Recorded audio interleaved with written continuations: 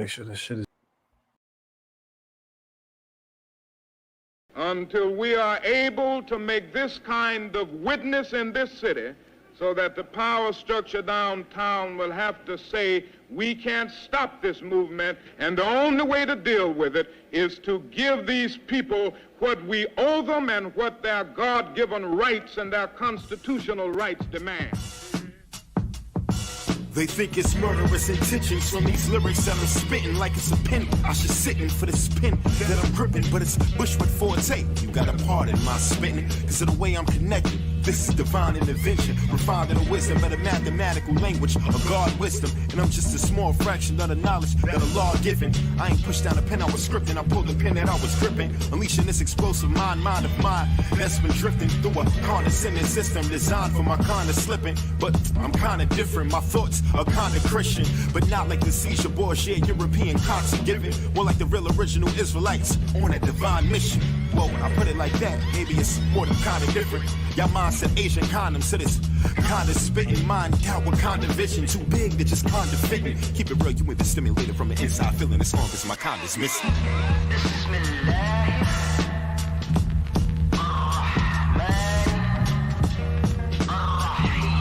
In the name of Allah, the yieldeth, the merciful. Assalamu alaikum wa rahmatullahi ta'ala wa barakatuh. Peace be upon you and the mercy of Allah and His blessings.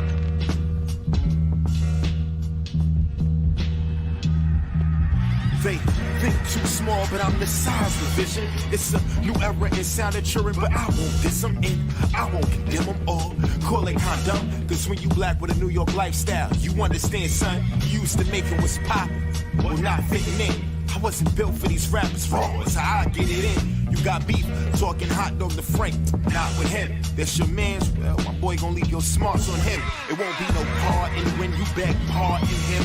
They'll pardon him from the parts of him. You'll piece it together while left puzzle. You ain't want no part with him. Hand shaking like the pom-pom of a cheerleader with Parkinson's. I got a short fuse, you spark it, I'll spark you. I'll Constantine that devil in you. Daily depart you. Meditate, check yourself, restore your natural order. Before we left to send you past the supernatural border.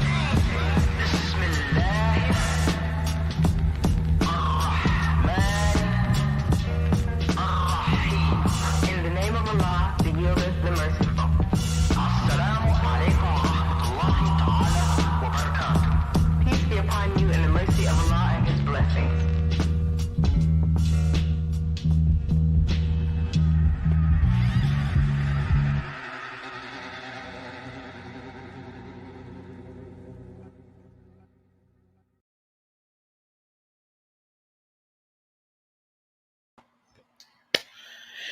That is a powerful video by our guests that are coming up tonight, Frank Knizza and Chuck LaWayne. Starting it off to once again welcome everyone to the Rawrrzone, as well as happy Black History Month. We are celebrating our Black heroes, our leaders, our artists, who've contributed to the culture. My name is Katie K. Welcome again. As you could tell, I am not at DTF radio right now. That is because it is New York deciding they want to have a nor'eastern and have 22 inches of snow. So I'm literally barricaded in the lower parts of HQ. Without further ado, though, I really want to introduce this artist. Been grinding for as long as I've been been a part of the hip hop industry. Very full of life, very energetic, and he's never afraid to speak on how he feels, whether it is his project The Water of Musa or you've seen him in his video Nikon Vision. Frank Knizza has always brought a very introspective type of thought wherever he passes. So his newest project, Smif-N-Wessun, that just came out, we wanted to, of course, show him that love, and of course show love to the other half of Smif-N-Wessun, Chuck LaWayne. Without further ado, let me introduce them. Peace. Hey, y'all. Peace. Oh, yeah. How you guys been? Man, in the cut, you know what I mean? Just soaking it all in, you know what I'm saying? Having everybody, it's just been, you know what I mean? just watching everybody receive the album the way that they receiving it. You know what I'm saying? It's just good. That's a good feeling right there. You know, so the energy is quite in a beautiful array, and I could say the same. Like, thank you everybody who's been tuning in, who've been vibing, listening to the album. It means the world, and we just got so much more special stuff.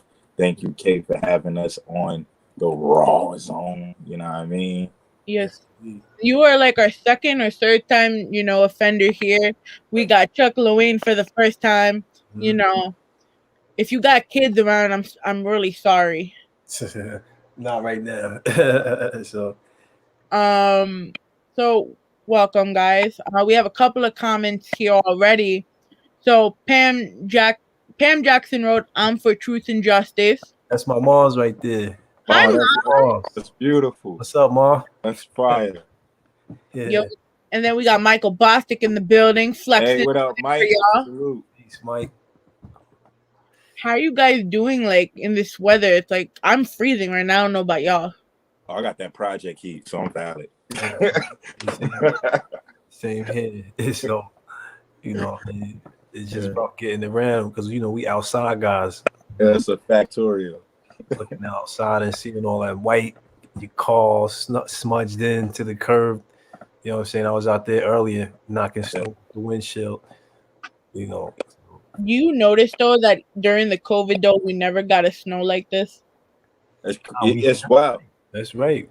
Because like at most it was just like that light little thing, and they was going crazy like, oh my God, it's a bit like, because remember that was like December, right? Yeah.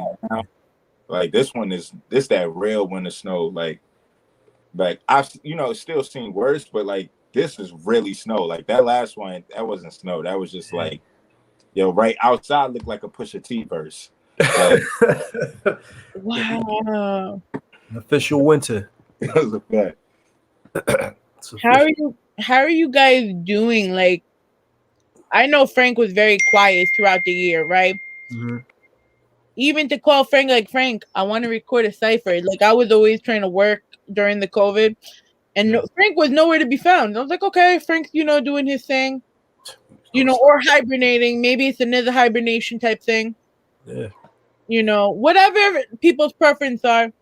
And then I speak to Frank about, was it 4 months ago? Was that the Scorpio P release? Because I know that's the last time I seen you in person. You know how high I was at the Scorpio P release, though? That doesn't count. I can't even remember who I saw that day. It's crazy. And it's funny, Chuck dropped me off over there, too. I can't even remember. Wow. That was at the IMI Studios.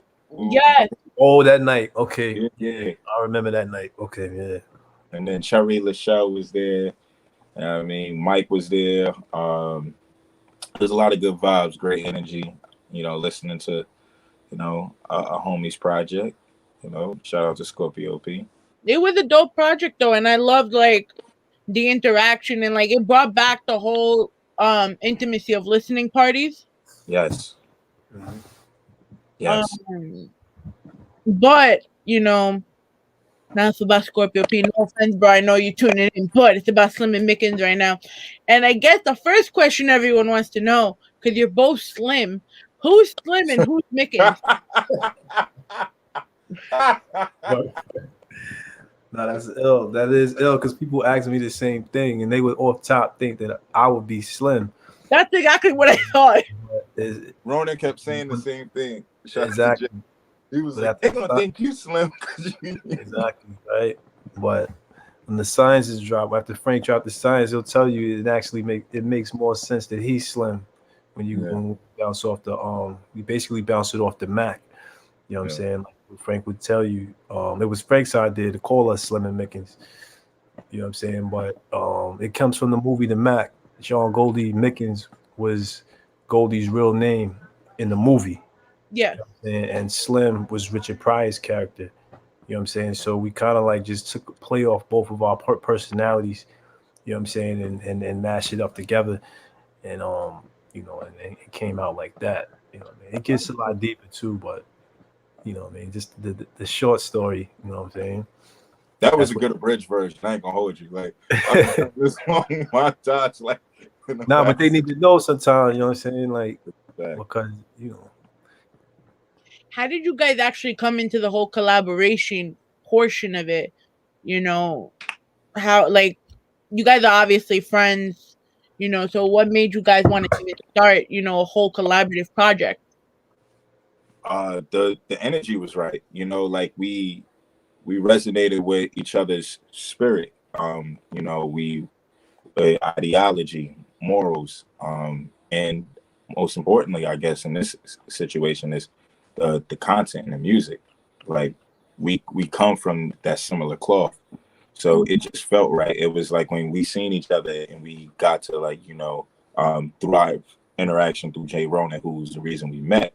Like we realized we tribe, like we from the same tribe, so it was just only a matter of time for it to happen. Yeah, that was before a song was ever recorded. You know what I'm saying, so it really, you know, when you talk about, especially when you talk about albums being made, you know, this, you know, it wasn't just email here, email there, and nobody's in the studio. I mean, we did have sessions where it would be like that, but we had so much more to go off of that even if I'm not in the studio at the same time if Frank is recording, you know, you're still gonna hear, you know, what you actually heard on the album. It sounded like the chemistry was there, you know. No, you could definitely tell, and especially because like I'm one for like throwback vibes. Mm-hmm. You know, it definitely much made it a bop. You know, as opposed to like a lot of the things we're hearing now on like mainstream radio. Like, okay, I could sit here and I was like, and like I work with Coney outside of media, right? We have the same job, so I'm here waiting for a meeting, and I'm here bumping the project. I'm like, oh, okay. And then he's like, okay, you can leave it on until our boss comes. I'm like, yes. That's, you know what I'm saying? He knew. Shout out to Coney Brooks. That's crazy. So I see turntables behind you, Chuck. Mm-hmm. Are you a DJ or what is it? Like a turntablist? Because I know there's definitely a difference between DJ and turntabling. Right. I would say I'm just a lover of music. You know what I'm saying? And I do as you heard on the album, I do a little scratching as well. You know what I'm saying? I can do a party. You know what I'm saying? To be honest with you, technically, I just really got into it not too long ago. You know what I'm saying? Probably like a little over a year. You know what I'm saying? But I've been producing since 2002. You know what I'm saying? So it's like only, you know, it goes hand in hand. You know what I'm saying? I finally just said, you know, it came to a point where I was like, you know, I need to add another element to what I'm doing. And, you know, you just, after so long, it's like, you know, I don't know no producer who never had the itch to, not even, you know what I'm saying, at least just an itch to start DJing. You know what I'm saying? I just took it upon myself to say, yo, let me just go in and do it. I mean, and the greats that I look up to DJ as well. So it's like, you know, if you want to be mentioned with a certain, you know what I'm saying? Like, it's almost like a rite of passage. You know what I'm saying? Like, you got to be able to, you know what I'm saying? You got to be able to pull out the wheels and stills and show you're right, so to speak. So, but yeah, I feel like producing and DJing do have a lot of like they do complement each other. You know, because while you're DJing, you're trying to make sure which songs blend perfectly in the same way a producer is trying to make, you know, the harmonies and the melodies and all of that come to life. Man, I'm telling you, it does. And even when, you know, as a record digger, you know what I'm saying? Like, I look at it's like another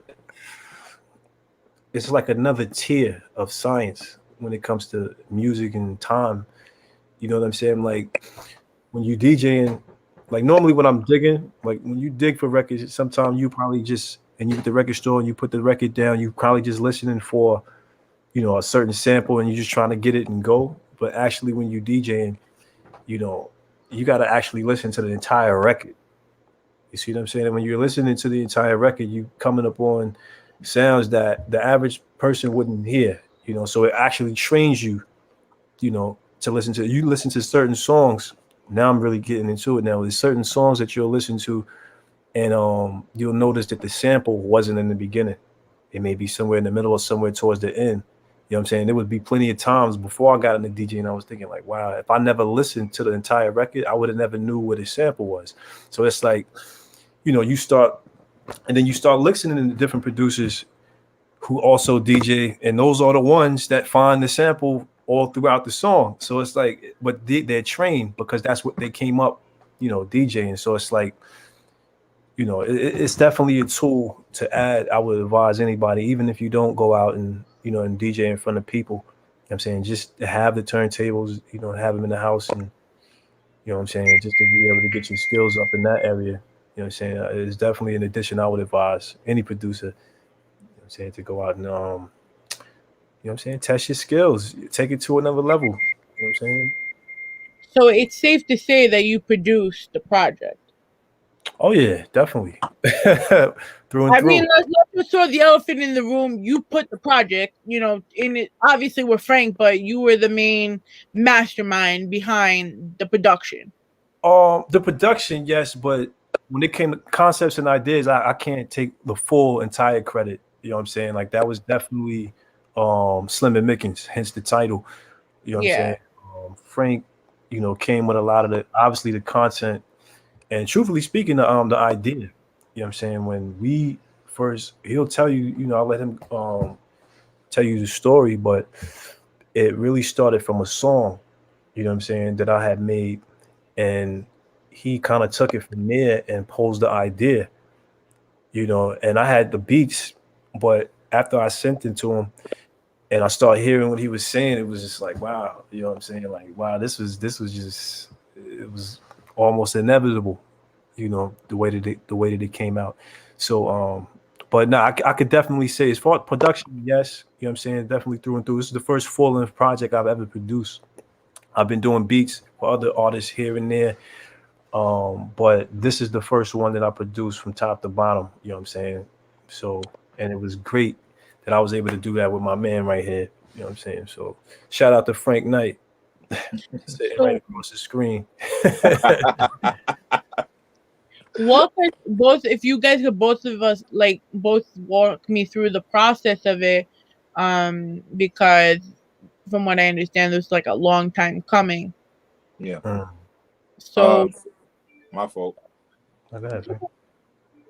Yeah, nah. So pretty much like the whole thing, when it started from that, when I talked about that initial introduction between Chuck and I, was during about almost 10 years ago at Prospect Park for this Raekwon show that Ronan invited us to, right?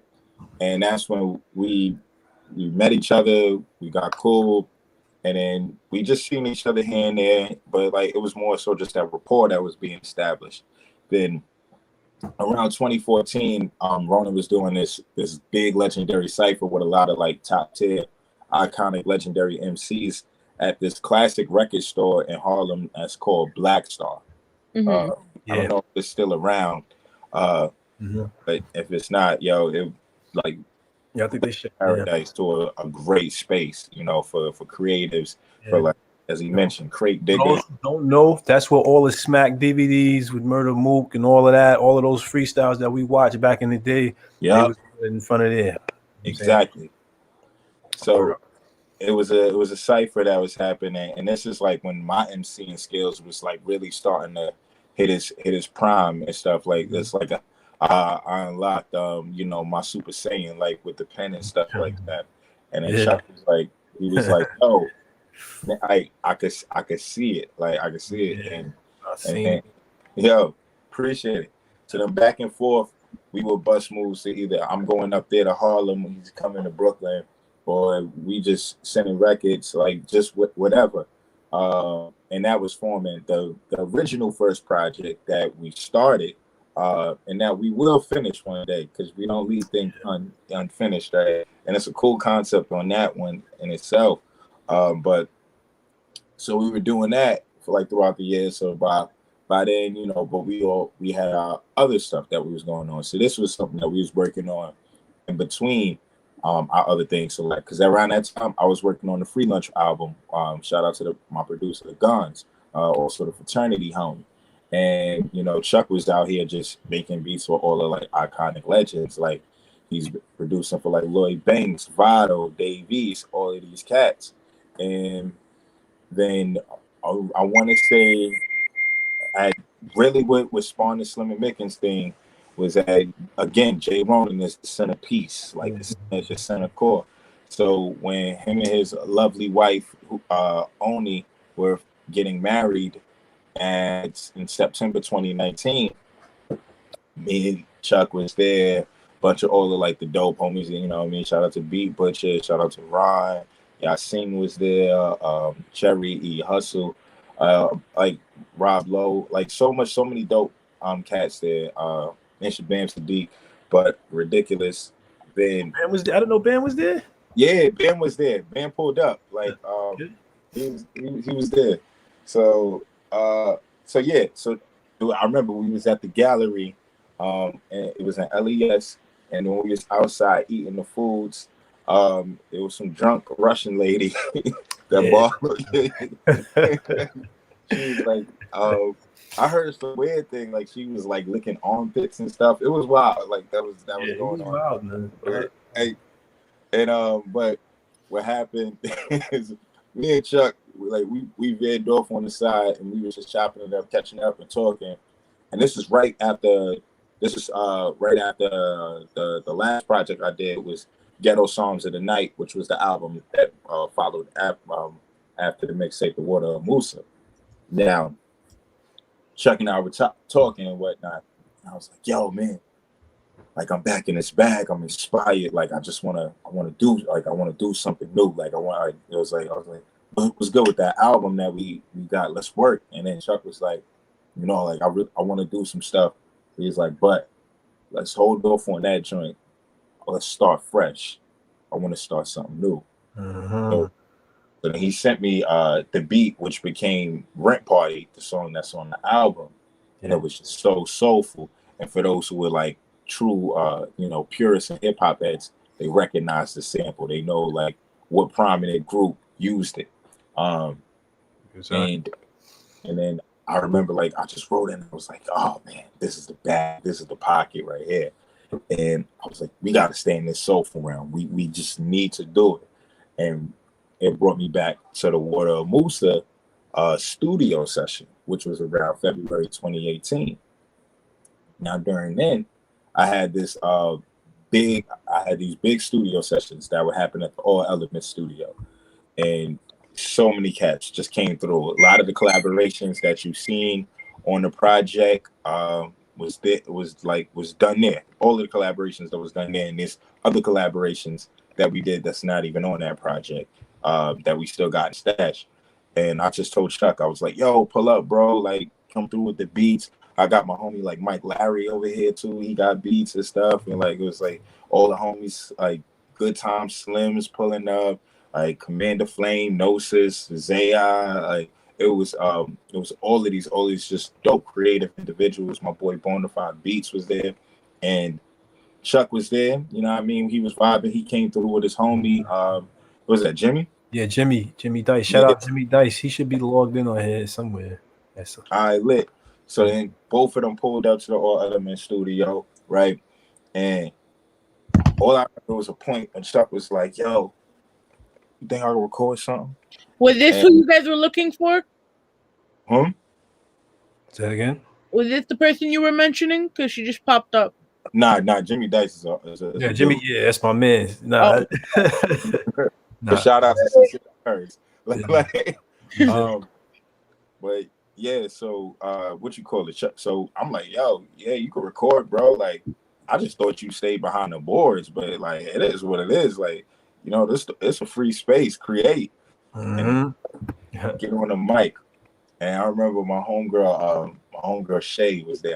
That's my sis right there. So, but like, she was chiefing, and then we was just sitting, and then I remember like.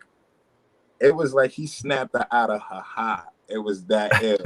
I couldn't talk. My back was turned. My back was turned to the, you know what I mean, to everybody when the mic was set up. It's crazy, and nobody really knew like the pocket that you was gonna come in with the rhyme.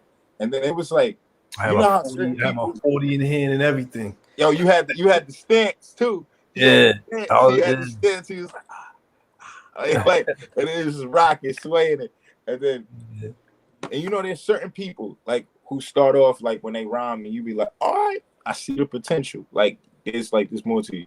It was no potential. It was there. It was like it was no potential. It was essential. Like right there. It was straight there, and like everybody was just like dumbfounded, like, yo, what's this? Like what's going on? And, and it was like, yo, and Chuck was like, yo, how that sound? It was like, yo, that sound crazy. I ain't even play it back. It's fire. It's like, and then when it was one of them. And it was like, yo, it's a fact. So that record, it was like he called it Goldie's Regret. Yeah, and that turned into Goldie's. Exactly. So then fast forward back to 2019 when I was writing Red Party, and I thought of like, I was like, oh, this made me think of Goldie's Regret. Like when Chuck did that, I was like, yo, we got to do the album like just on some soulful stuff. And I just thought of Goldie. I was like, all right, Goldie, that's the Stab movie. That's blaxploitation era. So then, and we get into it. Exactly. So it's like, all right, what names could like just be an ill little play? Like they don't want to call it the Max, like nothing like that, like or like Goldie and Franks, none of that. It was like, yo, Goldie and Franks. So like, oh, sir. It would have just been like, so I was like, what's a unique way where you could just hint at it and just be like, da da da. So then thought of like what characters was in there. It was like, all right, Richard Pryor's character was in there. So it was like, that's Slim. And then it was like, Slim and Goldie. There you go. The ambiance is set right there. The ambiance is set, Shank. You know what I'm saying? This is where it all spawns from right here. That's a factorial. So then it was like, what would be unique? And you never really hear Goldie's name mentioned. Like when people reference Goldie, they always just say Goldie. So it's like hit it with the like John Mickens. So Slim and Mickens was just it was just spawned like via that. And then and then it was just like production. Like we once we got that direction, we was gone. Like it was just Chuck just kept sending stuff, and I just kept writing, and it was just like, what suits this project? What makes this project full? What makes this project go? We was recording all over. We was recording at the New All Element Studio. I was recording over here in the crib. Chuck was recording at Chuck crib, and then we recorded at DJ Posters. Like King Queen Studios in Bushwick. Like it was something like I take this mic and I'm going with it.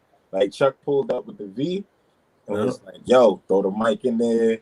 This was before I had the Chaotica, so I had the big like sound reflector Aureolex joint. Like the Chaotica, I definitely recommend it for all my independent creators. It is a great buy. And it kills your space, like that unnecessary space that shouldn't be taken up. But yeah, so like it was supreme guerrilla style, just illness. The way we was able to just make sure we got it done. So like all through the pandemic, like prior to the pandemic, we was like almost already done with the album, like because the album was supposed to come out 2020. Well, it came out when it was supposed to, 2021. But the original vision we had was 2020, and then things, but without that, we wouldn't have got like that last record, The Epics. You know what I mean? So apparently Goldie was somebody's car with Pam Jackson's car's name. Yeah. Wow. I gotta give you the story. Yo, actually, I have a cousin that we used to call him. Well, we still do. His name is Goldie. His real name is not Goldie, but we call him Goldie. That's the culture, you know how we do. Yeah, but back then I didn't know anything about the movie. That was just my cousin Goldie. You know what I'm saying? And then years pass, you find out about the movie, and it's like, oh, yeah, okay, that's weird. You know what I'm saying? So, but I'm pretty sure my mother, I'm saying, she definitely has a story behind that. I probably wasn't alive then. She had that call. I probably was, but just can't remember. But yeah, Goldie runs deep. You know what I'm saying? So as intricate as the process was getting the project together, you also had a big production in terms of videos. Yes. You know, Frank is known for like dropping shit like this, but you know, I think this was the first time, at least for me, I saw the Martin X video, then I saw the Pam Grier, and I saw, you know, like a whole like I go on Instagram, Frank was in your face. Yeah. I mean, that goes back to the visions we had. Like I said, I've listened. You know, I've been rocking with Frank. It's been 10 years now. Mm-hmm. You know what I'm saying? So I've seen the development. I've seen the listen to the music that he's done, watch some of the videos. But like I was telling somebody in the last interview we did, and I'll say it here, you know, this was the time where I felt like our sound and where we are artistically, and even as men, is like we just stepped into our shit. Really, part of my French, but we finally basically we matured and stepped into who we were supposed to be and really just seized the moment and what we were supposed to be doing. So, you know, the beats was coming right on point.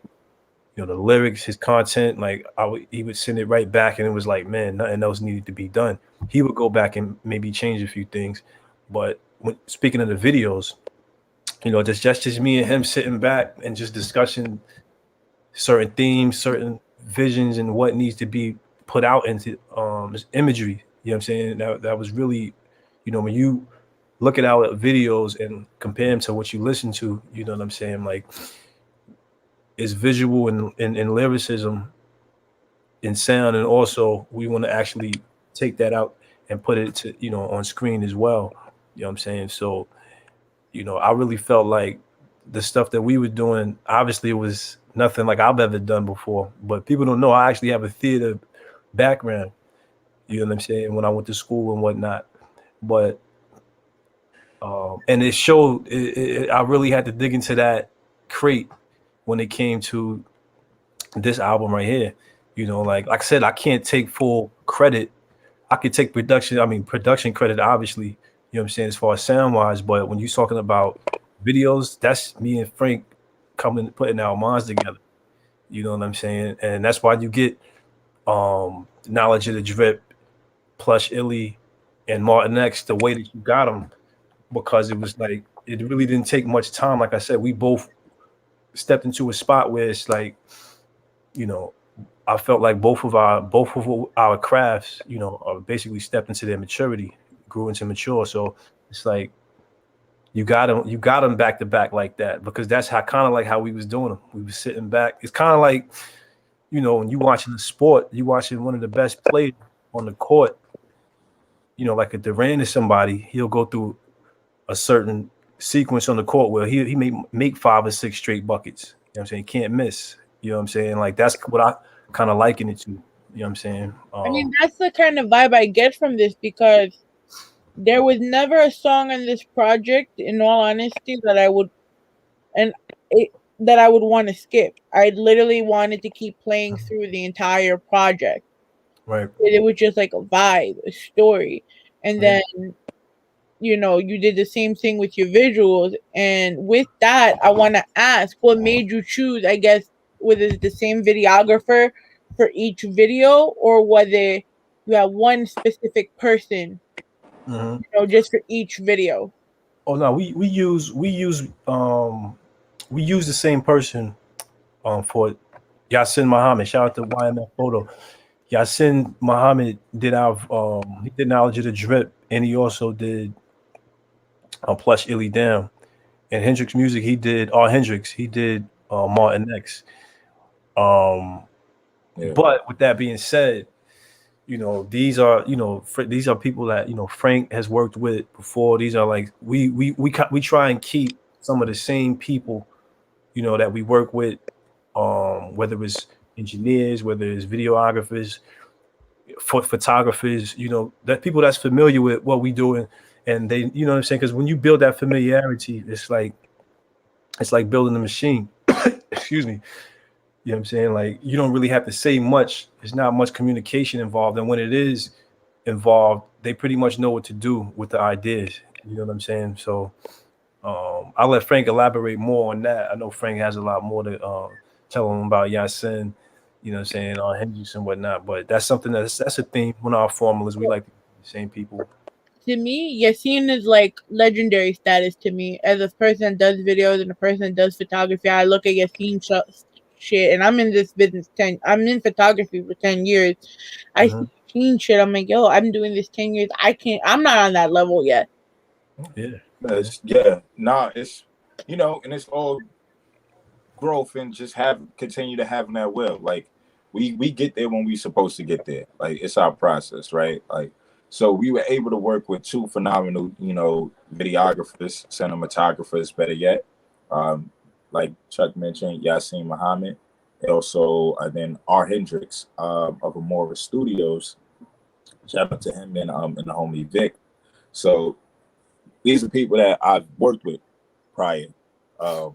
Yassine also is the person who did the cover art for the Slum and Mickens album. So that's talent right there. When you see this is all Yassine. Yassine Muhammad. Shout out. This is a jack of all trades, true indeed. That's why every time I go to France, I bring Yassine. He's amazing and he can speak French. It's like, and I told him like, and he also speaks Japanese. So I was like, man, bro, like you make it hard to like replace you. like and one of the things is like Yassine, there'd be times like I had video shoots and photo shoots in like days before, like or hours before the event. Yassine also would cut my hair. Like Yassine can. Are you serious? I didn't know you cut hair. Yeah, bro. Nice. Is there anything he doesn't do? Just like be bad, I guess. At this point, so fail. That's what he doesn't do. He doesn't fail. Right. So yeah, nah. So like that's what and just one of that skill set that Yassine has is just so iconic. It's so amazing. There's also and then R. Hendricks, like is one of the like he's a visionary himself. Like he has these dope concepts with videos and like we're working on other videos with him and Yassine, like it's just beautiful to have like just that pool of talent that we could look to. But one of the things that I do love about R. Hendricks is like, and I'm sorry to put this out there, like so I don't put pressure on him, but I gotta say it is like he gets done fast, yo. Like that Martin X video. Yeah. We shot that on Thursday, and I was like, "Yo, bro, we need this video by Sunday." Man, had it video Friday. Friday. Yeah, the same video you guys see. Yes, there was in one night. The only thing that we probably added was like, and I think it was like accredited to Chuck's like input was the Martin Luther King section and the quotes at the end. Like those were the two things. That was the last thing that, and Ron sent that later that evening. Like Ron had everything done. Ron is R. Hendricks.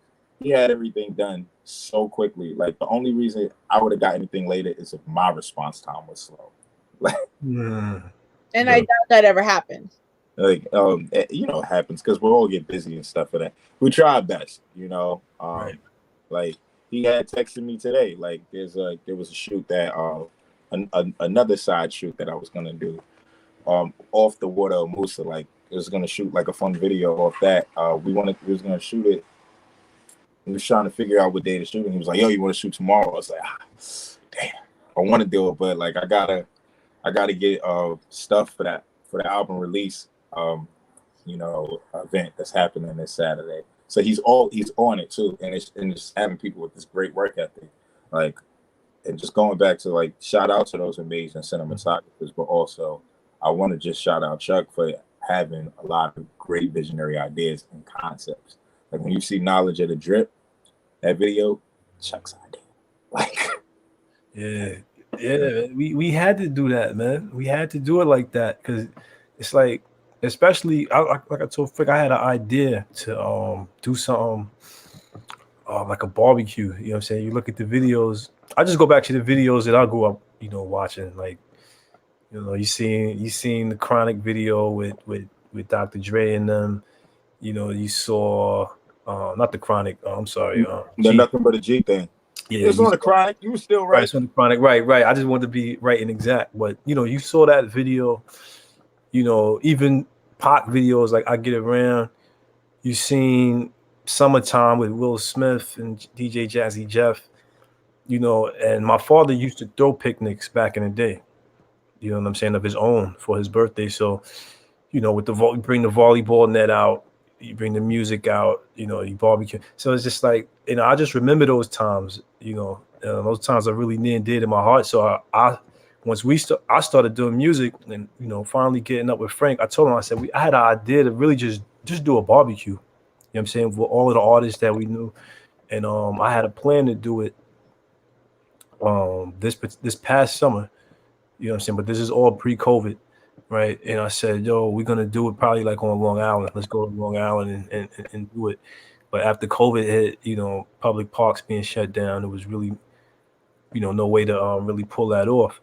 So when we were doing it, we said, man, we could still do it. We probably just have to modify it, you know. But that's pretty much where that came from. Once we finally found a location, you know, and everybody came out, you kind of see that energy, you know what I'm saying? We kind of replicated, you know, that same energy, you know, and that's something that I knew, you know, I just wanted to get off, you know what I'm saying?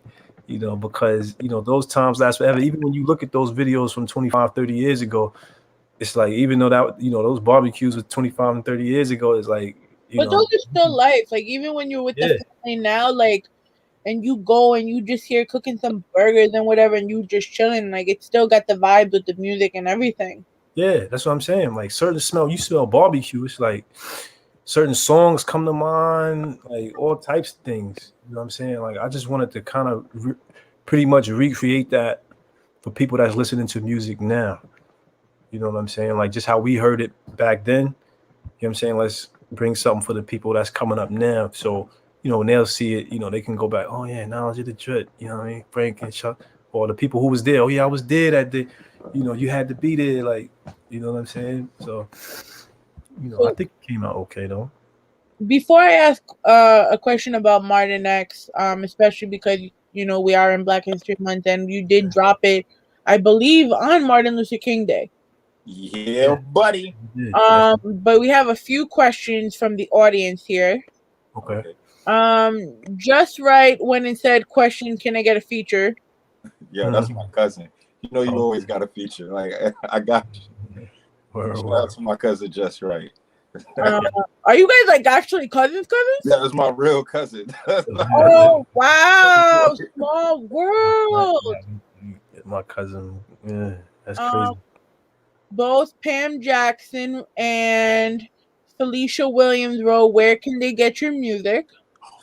Man, it's on all streaming platforms, or you can go to one of our band camps. You can go to my band camp, at Bandcamp, or you can go to Frank Knight. Frank Knight has a website. What's the site, Frank Knizza? We'll send them. In fact, just do this. Go to one of our DMs. You can go to yeah. Was the Frank? Wait. Was the Frank Knight name still taken like your Twitter handle? I don't know. I didn't check. You know, so I was like, you know what, Frank Knizza on everything. So I'm gonna just stay Frank Knizza. Yeah. Like, just consistency is key. But as Chuck was saying. Yeah, you know what I'm saying? Also, you can go to any one of our DMs and we'll send it out. You know what I'm saying? We'll send it straight to your address. You know what I'm saying? We'll work it out from there. You know what I'm saying? But the music is available on all streaming platforms. You just type in Smif-N-Wessun on your smartphone. You know what I'm saying? It'll be the first and only result, you know what I'm saying, that pops up on your phone. So the minstrel. Go ahead. I'm sorry. No, it's fine. Someone asked me about my shirt, so I kind of wanted to type it there. Just Right, you are not no. We're talking about the same Just Right, the rapper, because he wrote "I'm a singer." Nah, that's my cousin's different. I know it's Just Right you're talking about. Oh, I was thinking that's the same person. I'm sorry. No. I seem like as you was like, so, oh my God, and something told me to just like burst your bubble. I was like, but she look happy, so I'm gonna just leave it like that. Oh darn. But my cousin, he's a dope singer. Like, he's a dope singer. Well, definitely, if you're a singer or songwriter, please feel free to follow us at Rawrrzone NYC. We'd love to highlight independence. I also work with our sponsors at Talent Wave. Get your write-ups. Follow DTF Radio and whoever else is on here. Follow each other. Wait. Hi, Phil. So I didn't want to miss this question because this was a big question. Sincerely Hers wrote, Chuck, when did you first start writing music, and how did you come to find yourself expressing the old school way versus new school? And Frank, what has been your best moments in this industry learning experience? That's in depth. That question right there, yo. All right, when did I start? When I first started writing music, man, probably I don't even think the '90s was over yet when I first started writing music. Yeah, I was heavily influenced by Cash Money. You know what I'm saying? Around that time, so that's kind of like, I mean, my rhymes didn't sound like them, but you know that was the hot thing of the day. Like, if anybody remember, if you were in middle school back then when they came out, I'm really trying to think. Just think if Quavo and Offset had like a group with a few more members. You know what I'm saying? Like, it was like an epidemic back then. You know what I'm saying? With Cash Money and the way that they came out with the different personalities. You know, it was like a rap boy band, and you couldn't help but be affected by it in one way or another. But that's really what got me wanting to actually write some stuff. You know, she says, "How did you come to find it?" You're right. So as far as old school and new school, I pretty much came up old school. My parents are not that much older than me. You know what I'm saying? So the music that I grew up listening to was pretty much their music at the time. So, which was, you know, Jodeci, that day. Who else was out back then in the '90s? Anybody who Mary J. Blige. I grew up with a lot of that in the house, and also I listened to their influences, just like we go back and listen to 2000s R&B. You know what I'm saying? Our age group. So back then they would go listen to like some of their old groups that they grew up listening. Parliament, Funkadelic, Earth, Wind and Fire. So, you know, I grew up with my pops. I hung with him a lot, you know. So, you know, being in the car with him, listening to the music that he played, you know, it was a lot of Too Short, a lot of Dr. Dre. You know what I mean? That's really all I could really remember from back then. But what it started for me, moving it into the new school, is I started to, you know, as a producer, when you start trying to find your own sound, you kind of pretty much take yourself and trying to like move it. It's kind of like with growth. Let me kind of rewind on that. You know what I'm saying? It's really just as a growth as a person, you try and reinvent yourself. You know what I'm saying? When you doing music, like I said, I've been making beats since 2002. If you listen to what music sounded like in 2002 compared to now, you know, that's like almost 20. Wow, that's literally almost 20 years. Now, it's crazy that we actually say that. So I've been making beats. I've been sitting at computers like these and making music for almost 20 years, you know. So it's like, but I am who I am on the inside. You know what I'm saying? But you don't never want to get stagnant and stuck into a box. So it's been a constant push of how can you take what you learn and who you are and reinvent it and move it forward, you know, with new technology. So that's really when the old school, when the new school comes in. And that's why I always say I'm gonna be forever young. You know what I'm saying? Because that's something that, you know, I pretty much base my production off of. You know what I'm saying? Like, even with this album, you know what I'm saying? You listen to certain things. Like, I listen to music, and then what I remember is the feeling that I got. So when I try and make music, I'm basically recreating a feeling. And it's really just going to be dependent on what time it is. You know what I'm saying? Like, 5 years from now, it might not be what Slim and Mickens right now sounds, but it'll be that same exact feeling in 2020. What, 6? So, Yeah. You know what I mean? That's pretty much, you know, how that goes. You know what I'm saying? But And then Frank, because you have another question after this one, right? What has been your best moment in this industry learning experience? My best moments in this industry learning experience. How could I properly state that? Yeah, properly, Frank. Yeah, So, like to properly phrase that, just thinking about it, my best learning experiences is understanding that persistence and consistency truly does create results, you know. And when I say persistence and consistency, I also add that belief in yourself. You know, you gotta believe in yourself. That because this industry, it tears down a lot of people. A lot of people begin to second guess themselves. You know that famous quote by Erykah Badu, "I'm an artist and I'm sensitive about my ish." Right? A lot of creatives are sensitive about their work because it's a vulnerable expression and things of that nature. So what I can say, just being in this industry, it's taught me to be certain of self, to be certain on what I'm doing. And I'm grateful for that because that translates outside of just the music side of me.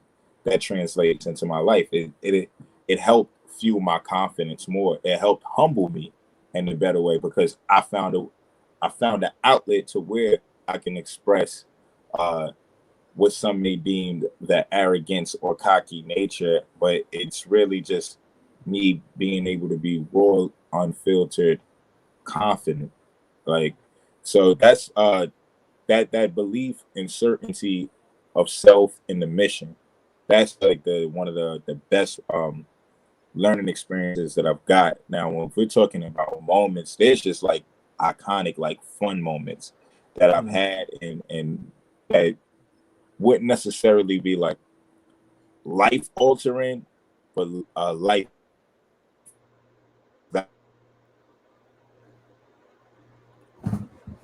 We can't hear you, Frank. Am I going? No, you good. You good. All right. Yes. So, what you call it? I've had moments that have been amazing, where it's just like, yo, this is hilarious. As a fan, I appreciate this. And just even things like being on tour, I would say, with like Immortal Technique changed my perspective. You know, I shout out to the big homie Poison Pain and the big homie Good Time Slim, where it's been so beautiful and so amazing that they actually sacrificed set time so I could perform the single I had out at the time called Welcome to Brooklyn in 2014. And then I was already familiar with Immortal Technique's music, but I got to see the true sheer power of the underground, where when we first think about being artists or like that thing happens, like it's what we see. It's that mainstream appeal. It's like, yo, you know, the fame, like the fortune, like, you know, just like you have that pure thing because that purity of like wanting to create art, but there's also that little chase, that lust of success. However, seeing that technique show, it showed me passion, purpose, and as well as independence. Because when we start hearing all these stories down the line, a lot of these people, they ain't got it like they said they had it. And it's always been a facade. Like when you look at the MTV Cribs, like if you watch like MTV Cribs, a lot of those places, those the original Airbnbs, like or Peer Space, because they ain't even get to stay there. Like those, like they was rented out.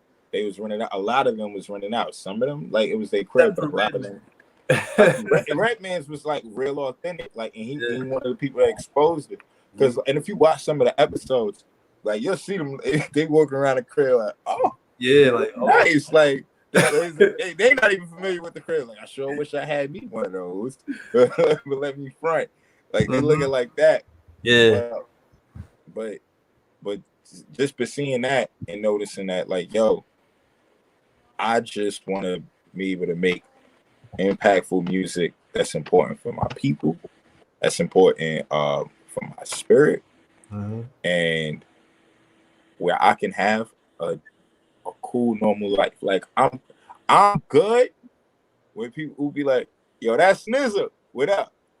Like that's it right there. Like, you know, I don't want Michael Jackson fame. Like that's scary. Like, you know, like if it happens, yo, I accept it humbly.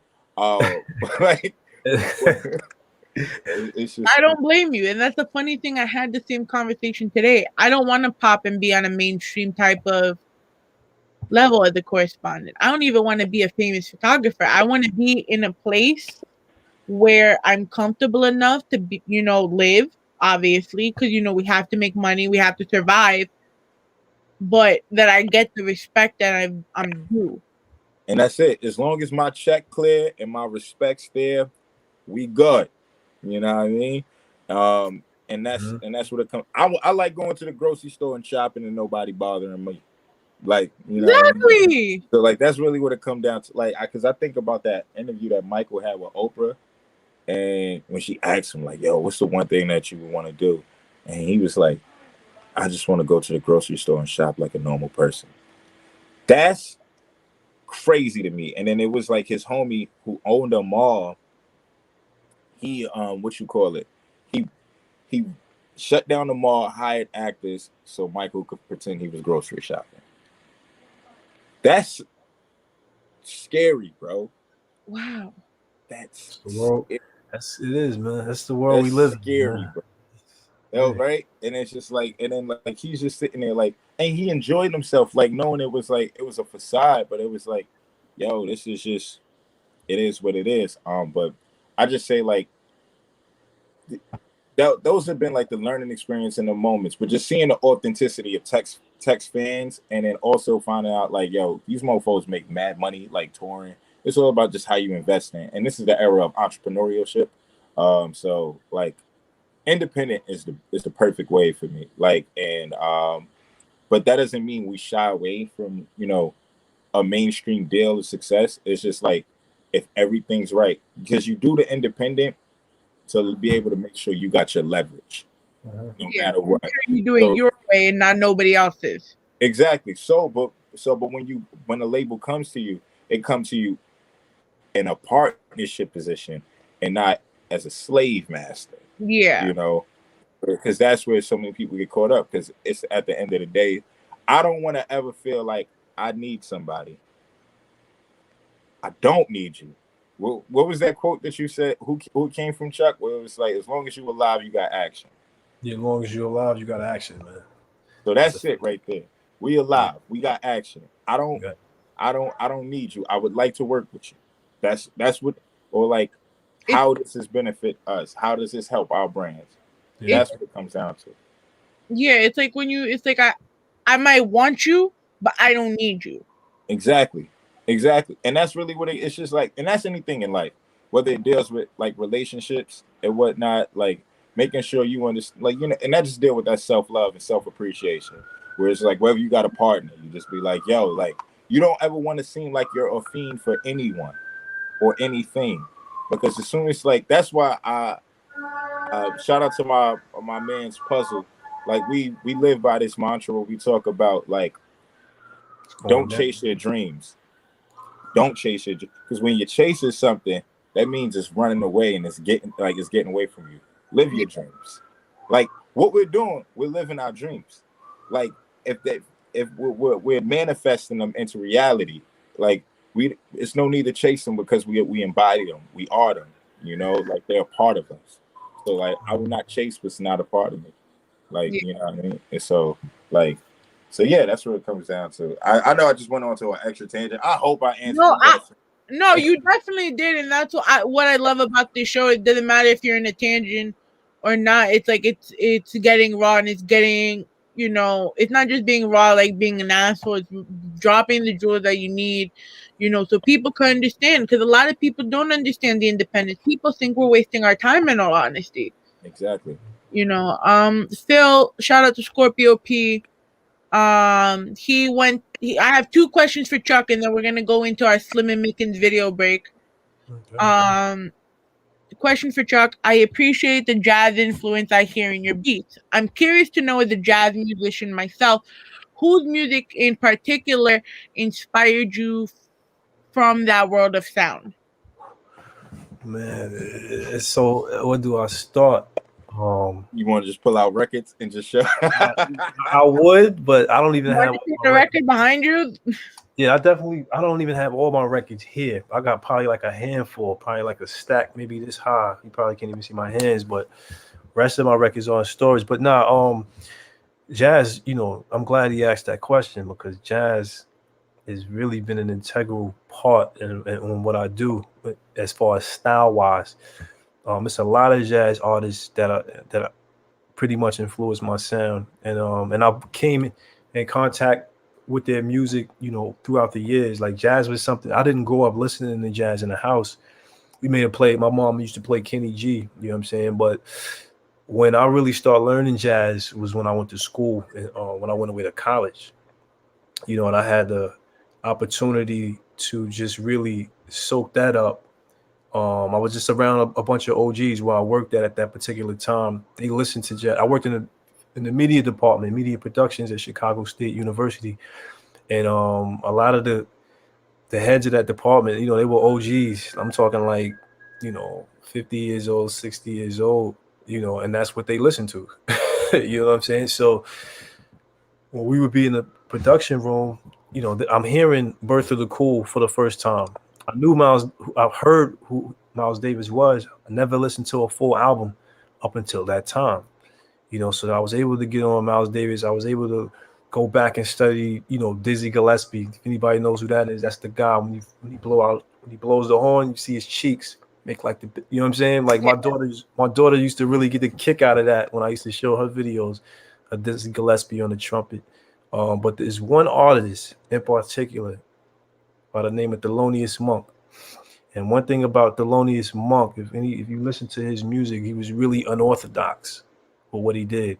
He was really able to dig into space and time, where he would play certain things where you wouldn't expect it, or he would play a certain note, a blue note, or whatever the case may be, where people would say he would play sound that you wouldn't think that a piano could play, and that's just, that was just his style. He was unorthodox with it, you know what I'm saying? But that's, if you're talking about one particular artist, is definitely Thelonious Monk, because a lot of the things that I try and do, I try to do what's not expected when it comes to, drum programming, or even sample choice, or if I take a sample and then I'll try and take another sound, I want to take something that's not really being heard. I want to kind of just make it my own, something obscure, and that's one thing with jazz is, especially bebop, it was one of those type of music, one genre of music that would basically break the mold. It was breaking the mold of what the current day was at that time, which was swing. You had a bunch of guys that wanted to get together and do something different than what was out there. You know what I'm saying? And so a lot of the bebop artists is Thelonious Monk in particular, to answer your question. You know what I'm saying? So, shout out to Phil for answering that, man. There's so many more artists, I'm saying, that I could go down a list, but Thelonious stands out to me. That was the Scorpio P we were talking about when I said I remember seeing Frank, but I don't remember seeing Frank. That was the same EP listening. You guys would make a good team too, like just to do like a jazz thing together. I'm just saying. Man, I'm up for it, man. I'm just out here making music. Question for Chuck LaWayne: what keeps you inspired to keep doing music? Man, it's so many different things. Music means it's meant so many different things over the years, to me. But truthfully, the constant, honestly, is it's like a challenge. It keeps me challenging myself. In competition. I'm never in competition. I am in competition. Let me just stop it right there. I'm definitely in competition with some of the artists and other producers out there, but it's not in, a competition like, out of malice or, I need to do something, one up you, anything like that. It's more so a competition and a battle within myself. You know what I'm saying? Just to make a long story short, like when I played ball back in the day, I quit the varsity team my junior year. Just out of frustration of playing time, whatever the case may have been at that time. But I came back the next year. But one thing that I left the taste in my mouth, a sour taste in my mouth, was, I never wanted to be known as a quitter. So I came back my senior year and made the team. And I knew the coach, he sat me down, you know what I'm saying? And he never said it verbally, but I knew he made me pay for what I did the year prior. But I just vowed at that particular time I would never ever be a quitter. But I always felt like if I put my mind to anything, I could succeed at it. You know what I'm saying? And being that music was always around, I just was able to find something to do and kind of just harness that energy. And it's made me meet. I met Frank off. You know what I'm saying? I met so many other people and have so many other relationships, lifelong relationships through music. You know what I'm saying? That's what keeps me. That's another thing that keeps me going. You know what I'm saying? This music has really been like, I'm an introvert. You know what I'm saying? Like, I don't really go out. I do go out, but I don't really go out and I'm not mingling. I'm not really a mingler like that. I go out and do what I need to do. You know what I'm saying? And always enjoying myself. But music, for nowadays, most people know me behind music. It's been like my ID card. You know what I'm saying? And it's really gotten me into a lot of doors and helping me meet great people. You know what I'm saying? We on this podcast through music.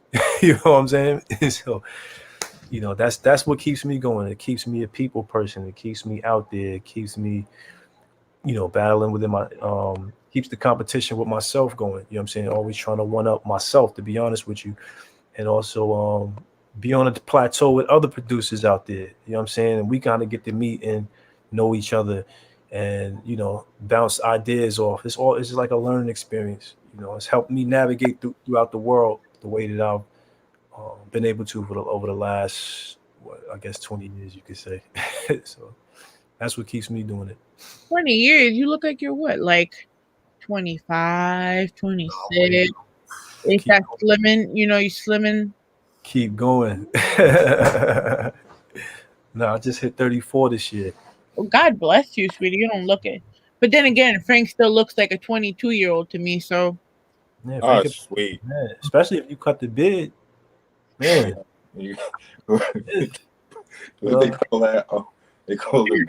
I ain't gonna say it. Never mind. On that note, we're gonna go into our music video break, and we'll get back more into Slim and Mickens, as well as we got a little activities and topics for these two gentlemen. This is Welcome to the Rawrrzone, powered by Ivy Productions, DTF Radio, Talent Wave, and whoever else wants to feel like joining in with us.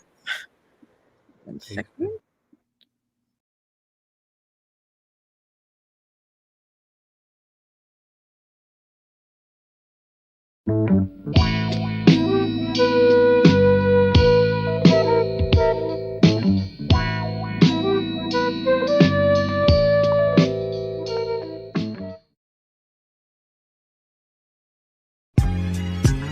Ladies and gentlemen, FM90. You see, I sat in the room as the main top biller. While thoughts flooded my mind, you got a cop skrilla. Now for 20 years, I've been in the same spot.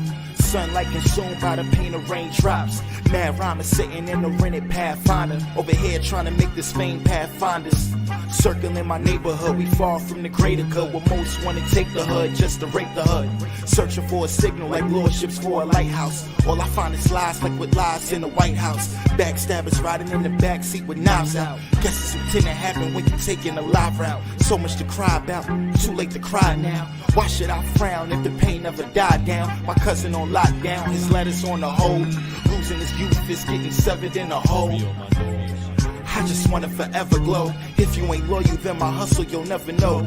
Clearly you can see this ain't for the gram of the vine. It's for opportunity, not the fame of the grind. And I ain't wasting my minutes, my whole mission is winning. I lived in darkness like Riddick, y'all slaves, I ain't with it. Can't master me, I'm Master P, no limit. Actually, you ain't half of me, I'm gifted. Oh yeah, I know me. 40 on the hip with the drip like Goldie. Oh yeah. Yeah, I know me. 40 on the hip with the drip like Goldie. Oh yeah. Yeah, I know me. 40 on the hip with the drip like Goldie. Oh yeah. Yeah, I know me. 40 on the hip with the drip like Goldie. Slim Slim and Mickens like the 2020 gang star. Star Frank and Uncle Charlie, yeah, I used to probably parley with your moms back when she was young with the joint. Point being is pimpin' land and for calendars. Back when I ain't have rules set nor parameters. Chuck was a ball playing philanderer, but crammer that could sweep out the soles of her palms. Them cherry red jeans had them up in the air. Thoughts from my wicked chair. Oh yeah, oh yeah, oh yeah. Hey, I know me, 40 on the hip with a strip like goatee. Oh yeah. Hey, I know me, 40 on the hip with a strip like goatee. Oh yeah. Hey, I know me, 40 on the hip with a strip like goatee.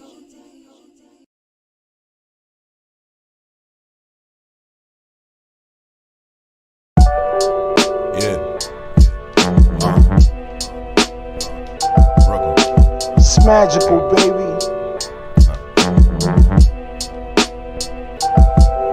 It's so Ivy to me, I go Gotti my G. I can body your beat like a shotty with me. They say keep the semi on, haters trying to give me war. But he who kneel before God can stand before any y'all. Never chill on this rail, screw if I kill your vibe. Tired of these fake street fools who glorify the lie. Y'all be 28 o'clock, y'all deserve no time. Here when 20 on your top, fiends will murk your mind. It's a shame what a high can do. Lower you a hospital, betray you in short lifespans, that's what crime to do.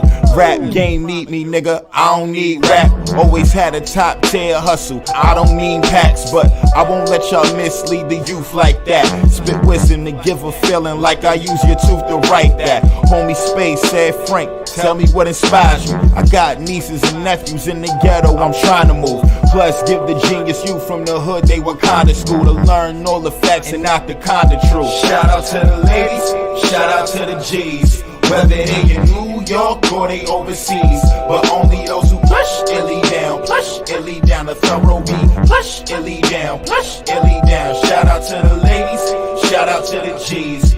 Whether they in New York or they overseas, but only those who push illy down the thorough beat. Push illy down. My flows are rugged but elegant with minimal embellishment. Intelligence I radiate. Been writing since 88. They ask me how I'm living. My only answer is very great. OG status hung over drinking a V8. Some people funny style. Been fronting the whole wow. Fake smiles. Meanwhile, speaking on my name foul. I pay him no attention. Names get no mention. I'm just focused on my dope. Rappers get no pension. My ancestors guide me, provide me with a vibe G that's hard body but still smooth like Ron Isley. The wise gravitate to my songs, it don't surprise me. The haters even give me props, they do it silently. Valiantly I take my respect if I have to. Gas Duke, but I got the flames to match you. I'm never worried or in a hurry, I keep it casual. Frank Knizza and SS, the song is magical. Shout out to the ladies, shout out to the G's. Whether they in New York or they overseas, but only those who push illy down the thorough beat. Push illy down. Shout out to the ladies, shout out to the G's. Whether they in New York or they overseas, but only those who push illy down the thorough beat. Push illy down. Yeah, it's the old English goat, a chronic smoker. Super stroker, sheets I soak up a hammer holder. Dice roller, stand up soldier. Left hand on my Quran, yep. My right hand I hold up. Swear I would never fold up on my fam, us till it's over. Yes, I'm my mother's son, my father's oldest boy. I watched him work his ass off. Hats off to him with the joy. My childhood was amazing, though we couldn't have been broker. Ma kept the stove a blazing.